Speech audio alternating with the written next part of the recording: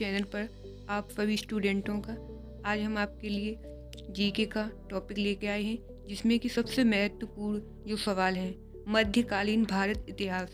इसमें सबसे मोस्ट जो प्रश्न दिए हैं वो हमने हर एक प्रश्न इसमें पीडीएफ के तौर पर आपके सामने एक लेके आए हैं। इस वीडियो को अधिक से अधिक लोगों के साथ शेयर करें और आइए स्टार्ट करते हैं आज का क्लास।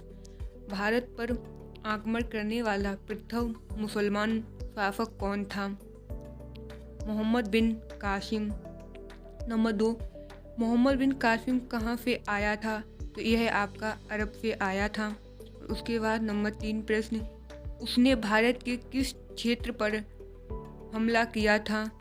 यह आपके 512 ईस्वी में पश्चिमोत्तर भारत में किया था इसने, जो आपका हमला किया था भारत में। ये सबसे ज़्यादा पूछा जाता क्वेश्चन।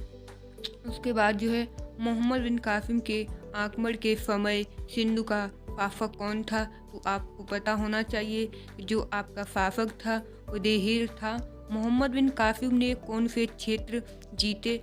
तो सबसे पहले उन्होंने जो क्षेत्र जीते थे वो सिंधु एवं मुल्तान था। उसके बाद भारत पर पहला तुर्की आक्रमण किसने किया था? यह हर एक प्रश्न पत्र में पूछा जाता है, इसलिए आप इसको जरूर ध्यान रखें।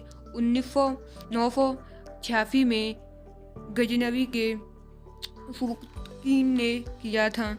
मोहम्मद गजनवी किसका पुत्र था? तो आपको पता होना चाहिए सुल्तान का था यह। उसके बाद जो है आपका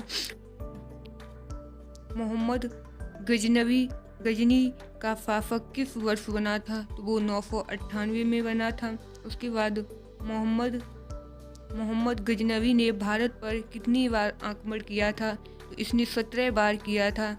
जो पहले किया था वो 1001 में, फिर 1027 तक इसने किया था। फिर 1001 ईस्वी में गजनवी के आक्रमण का सामना किस हिंदू शासी वंश के शासक ने किया था?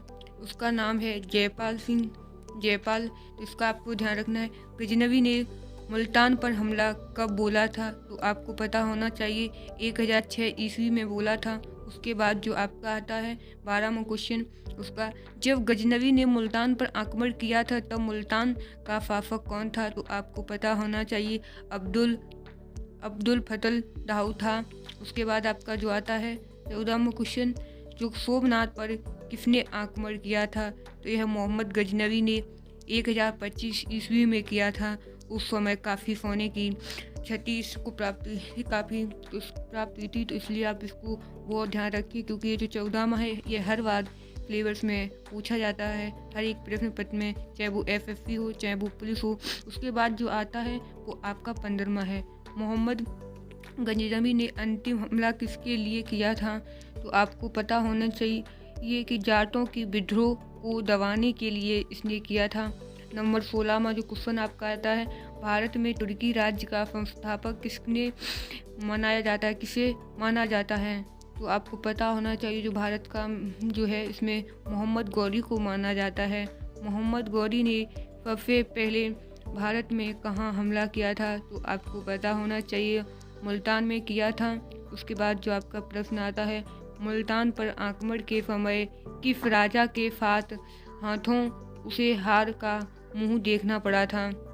तो आपको पता होना चाहिए गुजरात के शासक मूल राज्य को इसका देखना पड़ा था।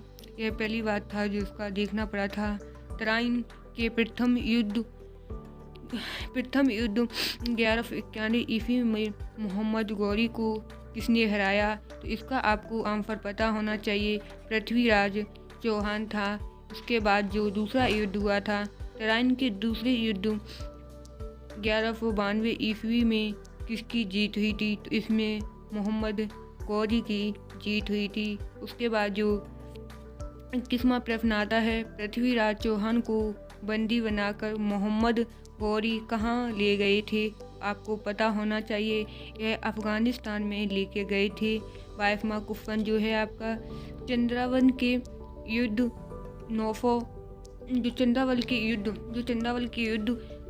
1194 ईस्वी में मोहम्मद गौरी ने किसे हराया था? तो आपको पता होना चाहिए जो कन्नौज के गढ़वाल शासक थे, जयचंद, उनको हराया था। 13वां जो आपका क्वेश्चन है, मोहम्मद गौरी ने किसे दिल्ली और उसके आसपास के इलाकों को सौंपा था? तो यह आपको पता होना चाहिए, कुतुबुद्दीन ऐबक थे। उसके बाद जो आपका आता है 24वां प्रश्न, ये सबसे महत्वपूर्ण प्रश्न है, ये हर एक एग्जाम में पूछा जाता है, तो इसको आपको बहुत ध्यान से याद रखना चाहिए। किसने नागालैंड तथा विक्रमशिला को नष्ट कर दिया? तो ये आपको पता होना चाहिए।